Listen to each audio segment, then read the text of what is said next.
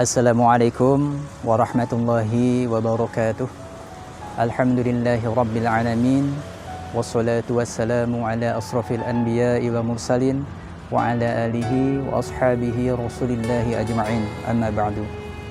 A'udzu billahi minasyaitonir rajim. Bismillahirrahmanirrahim. Ya ayyuhalladzina amanu kutiba alaikumus syiyam kama kutiba alal ladzina min qablikum la'allakum tattaqun. Shadaqallahul azim.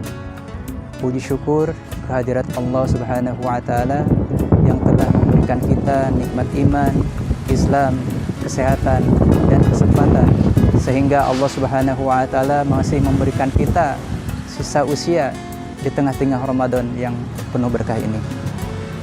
Salawat beriring salam semoga tetap tercurah kepada junjungan kita Nabi Muhammad sallallahu alaihi wasallam. Allahumma salli ala sayyidina Muhammad wa ala ali sayyidina Muhammad. Kepada keluarga beliau, kepada para sahabat, kepada kita yang tetap memegang teguh sunnah baginda Rasulullah sallallahu alaihi wasallam.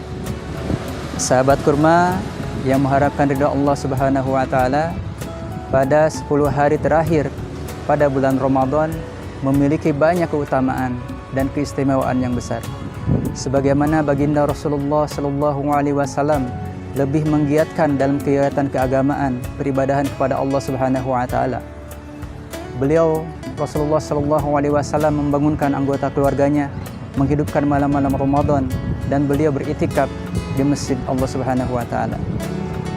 Sebagaimana Sayyidatina Aisyah radhiyallahu anha berkata, kana Nabi sallallahu alaihi wasallam idza dakhala al-ashra sadda mizarahu wa ahya lailahu wa ayqadha ahlahu. Jika Nabi sallallahu alaihi wasallam memasuki 10 hari terakhir, maka beliau mengencangkan ikatan kainnya, menghidupkan malamnya dan membangunkan keluarganya. Hadis lainnya juga meriwayatkan dari Aisyah radhiyallahu anha bahwa Nabi sallallahu alaihi wasallam beriktikaf pada 10 hari terakhir dari bulan Ramadan sampai Allah mewafatkan beliau. Kemudian istri-istri beliau tetap beriktikaf sepeninggal beliau. Sahabat kurma yang rahmati Allah Subhanahu wa taala, iktikaf artinya menetap di masjid dengan memfokuskan diri kepada Allah Subhanahu wa taala. Oleh karenanya, orang yang beriktikaf disunahkan untuk memperbanyak amalan-amalan agama seperti zikrullah, seperti membaca Al-Qur'an, mengkaji kitab ataupun ilmu, kemudian salat. Sahabat kurma yang rahmati Allah Subhanahu wa taala, diharamkan bagi orang yang beriktikaf berhubungan badan atau hal-hal yang mengarah kepadanya seperti berciuman ataupun menyentuh dengan syahwat. Sebagaimana Allah Subhanahu wa taala berfirman, Al-Baqarah 187, A'udzu billahi minasyaitonir rajim, wala tubasiruhunna wa antum aqafuna fil masajid. Dan janganlah kalian menyentuh mereka sedangkan kalian sedang beriktikaf di dalam masjid. Kemudian tidak dibenarkan iktikaf keluar dari masjid kecuali untuk berwudu, mandi, makan dan minum. Namun apabila di dalam masjid itu disediakan fasilitas berwudu atau mandi, kemudian makanan dan minuman diantarkan oleh anggota keluarganya ke masjid, maka tidak diperbolehkan keluar dari masjid.